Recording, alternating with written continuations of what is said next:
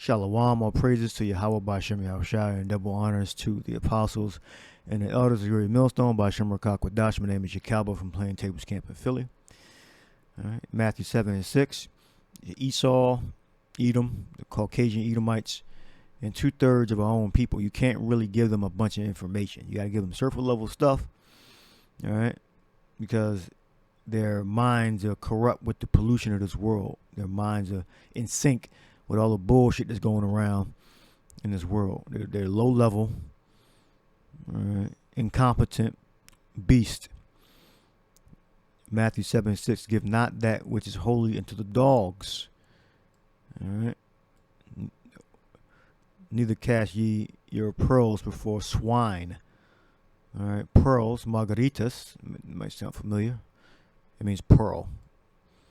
Goes back to the Spanish and goes back to the Greek. Ultimately, it's a Greek word, margaritas. You probably heard of the drink. It's the, I believe, the seed of an oyster. That's how they reproduce. I'm not sure exactly what the pearl is in an oyster, but it comes from an oyster. I think it's the seed of the oyster. All right. And people take them up and take the, well, some people eat the actual oyster. All right. But they have the pearl in there, which people deem as valuable. All right. A proverb, for example, a word of great value. So you got to be careful how you dispense the gospel to people. You know, you might give a person's curious, you see they have a question or they're unsure about something, you can impart some wisdom. But eventually, if they're going to learn, they're going to have to, hear the raw truth. Because once you start going against, the word of this world, it's in direct opposition with the true gospel. So you're taking the risk explaining anything to a person. All right. But sometimes you can see whether a person's reasonable. You can kind of gauge that. All right. And you can tell them some, surface level information. Give not that which is holy unto the dogs. So the ones that are not worthy of this word, don't be explaining deep things to people that are completely against the word. Unless a question comes up or they put a spirit out there and we're correcting the spirit, but don't volunteer high level information to dogs. 2/3 of Israel, all right, and the Edomites. All right. Give not that which is holy unto the dogs, neither cast ye your pearls before swine, lest they trample them under their feet and turn again and rent you. So we looked up margaritas, a proverb, for example, a word of great value. So let's look at that word real quick. Margarita, the drink, you heard of the drink and all that. And go back to the word or the name Margaret, or Spanish perhaps, that's referring to the drink. Go back to a woman's name, Margaret. Yeah, Margaret. Go back to Greek, word meaning pearl. All right, some little information on that. But in Greek it says it's masculine. Masculine now. But it's female given name though. And maybe something there. Maybe using the name the wrong way. By the way, it's the word means, in reference to Matthew, the 7th chapter, a proverb or a prophecy. All right. A word of great value. All right. A commandment, an order of great value. All right. So what does the scripture say? Titus 3 and 10. It says, a man that is an heretic after the first and second admonition reject, knowing that he that is such is subverted, subverted to serve Satan, and sinneth, being condemned in itself. Let's look at we got extrafa, twisted, changed to a worse state, perverted, corrupted. turned aside out, turned to turn inside out, invert, to turn or twist out, tear up, perverted, I mean twisted, figuratively, to subvert.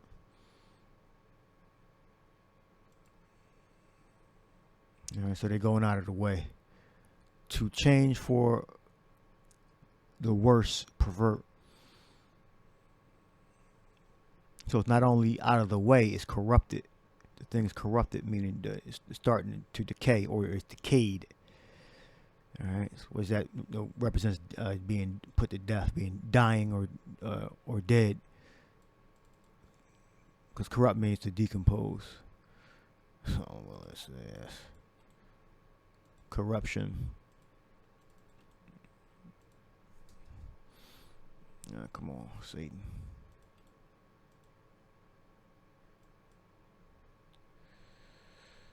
Let's go down. Corrupt. To break. All right, to rotten, decay, to break. All right. Twisted, decaying. All right, so changing from one form to a worse state. All right, corrupt. Okay, in Titus, a man that is an heretic after the first admonition reject, knowing that he that is such is corrupted, twisted, perverted, out of the way, and sinneth, being condemned in itself. So you look up heretic. You got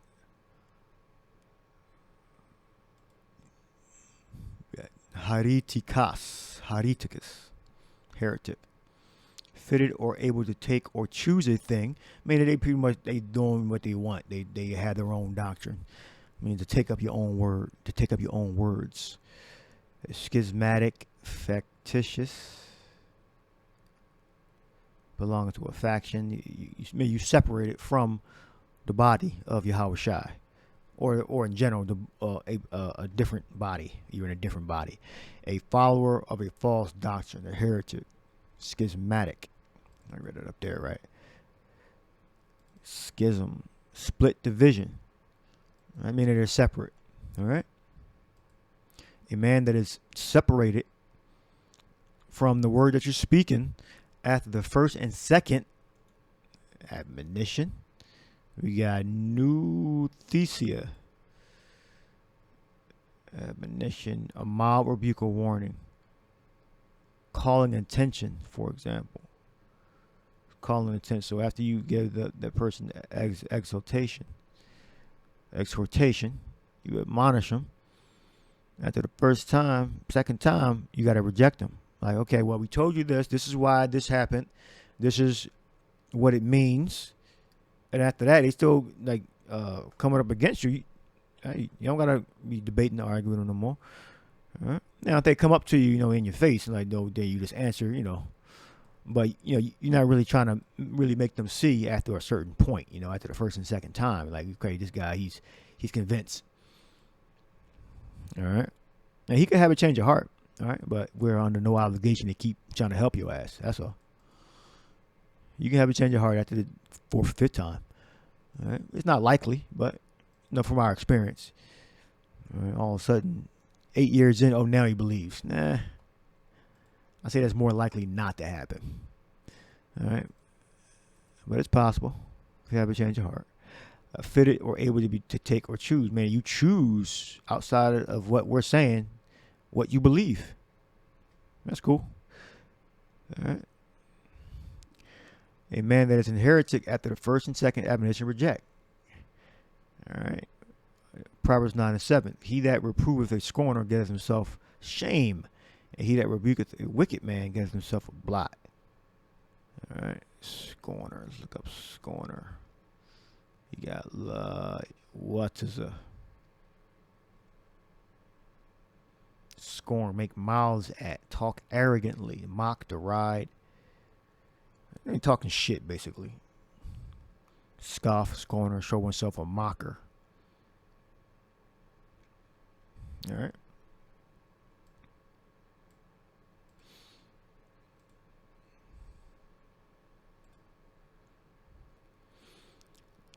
All right. So if you constantly trying to reprove these people, It eventually gonna hurt you. All right. So you speak your word. All right. But you don't necessarily direct it at a specific person. You speak in general for the main part. He that reproveth a scorner getteth himself shame, and he that rebuketh a wicked man getteth himself a blot. All right, a blot is what? You got ma awam, a defect, a physical defect. All right, so it's going to actually, if you try to force the word down somebody's throat, you can get a physical defect. You can get physically hurt. All right, I mean, it's more likely. It don't mean you're going to be without. You're going to be completely safe. Preaching. It don't mean that. It means that you got more of a higher chance of getting into a physical altercation if you're trying to force the word down somebody's throat. Figuratively. If you're trying to force the word on someone, that's rejecting it. So it's physically or morally, blemish or blot. All right. And and I can see morally too, because like if they don't give a fuck about what you're saying, they can go about their business. All right. Hell with you. Proverbs 9:7. He that reproveth a scorner getteth himself shame, and he that rebuketh a wicked man gives himself a blot. All right. Last one. We got Job 30:7. This is when Esau he lost his human spirit to be like, to take baths and to wash up and speak a language. All right. Everything Esau got, he stole. All right. He stole all his culture that he has right now. He stole it. And whether it's a philosopher, the ancient Greeks are mainly talking about scientists, mathematics, fashion, language. Esau stole it. Composers, the European composers. Esau stole all that. All right, those original roots were Israelites, from Bach to Richard Strauss. All right.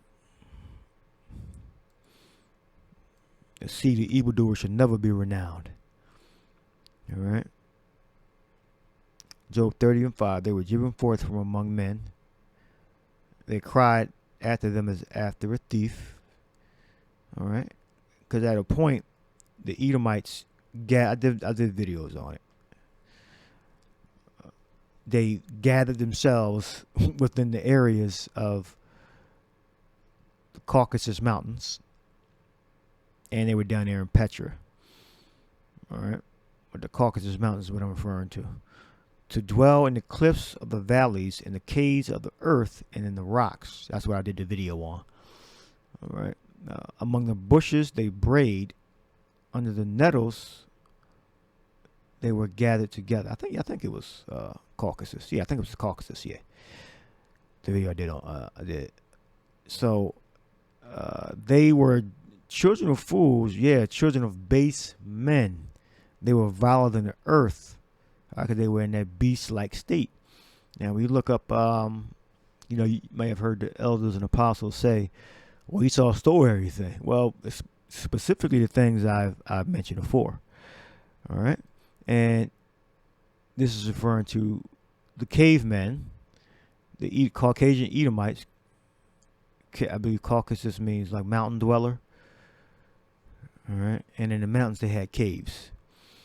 All right. They were children of fools, yet children of base men. I looked up base men.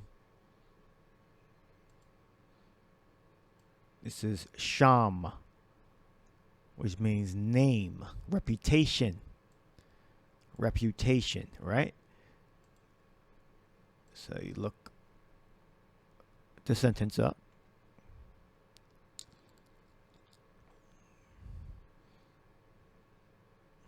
You got Balaya or Balya or Balaya. All right, what does that mean? H1097. So we got Balia or Balaya Sham. All right.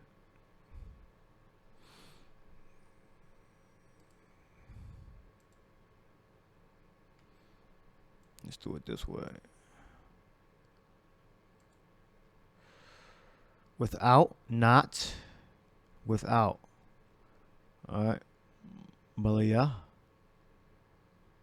Balia. Without, no. Lack of. You saying this? All right. A reputation. Name. Without a name. No name. All right. Without honor. The seed of evildoers shall never be renowned. All right. So their foundation is stolen. Now they built things on top of our foundation and the other nation's foundation. They built things, yeah. But that very foundation which they got their push, their start, was from Israelites and the other nations. That they assimilated our culture and their culture and he stole it. Whether it's their language, their philosophers, their composers, their scientists. All right, they stole it. They're not original. No name. All right, brand or a mark. The mark is from the other nations. All the gods they worship come from what? The Assyrians, the Babylonians, all right, the Canaanites. All right, name. Without no name, no reputation. So they stole everything. They got a reputation now, but what Job is referring to is in their beginnings. All right, in their beginnings. They were children of fools because they're not cavemen anymore. All right, they live in like houses and they wash up most of the time. All right, they were children of fools. Yeah, children of base men. They were viler than the earth. Now am I their song? Yeah, I am their byword.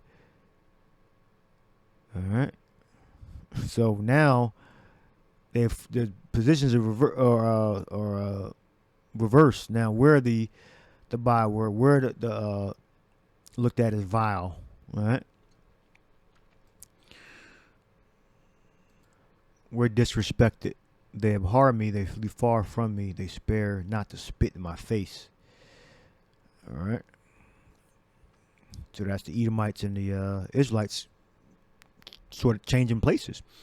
All right. Now we're not in a physical beast-like state like they are, but Israel, that's not, that don't have the Holy Spirit. They are in a beast-like state, but figuratively, and sometimes physically, wild. Don't do nothing, hang outside all day, no job, concerned about name brand shit, and they don't have shit. They're beasts. All right, but not in the Caucasian sense. All right, so I'll leave that there. That's the lesson. All right, cast not your pearl before swine. All right, you can't help them. All right, this word is precious. And they don't care anyway. So leave them alone. So I hope you're edified. Shalom.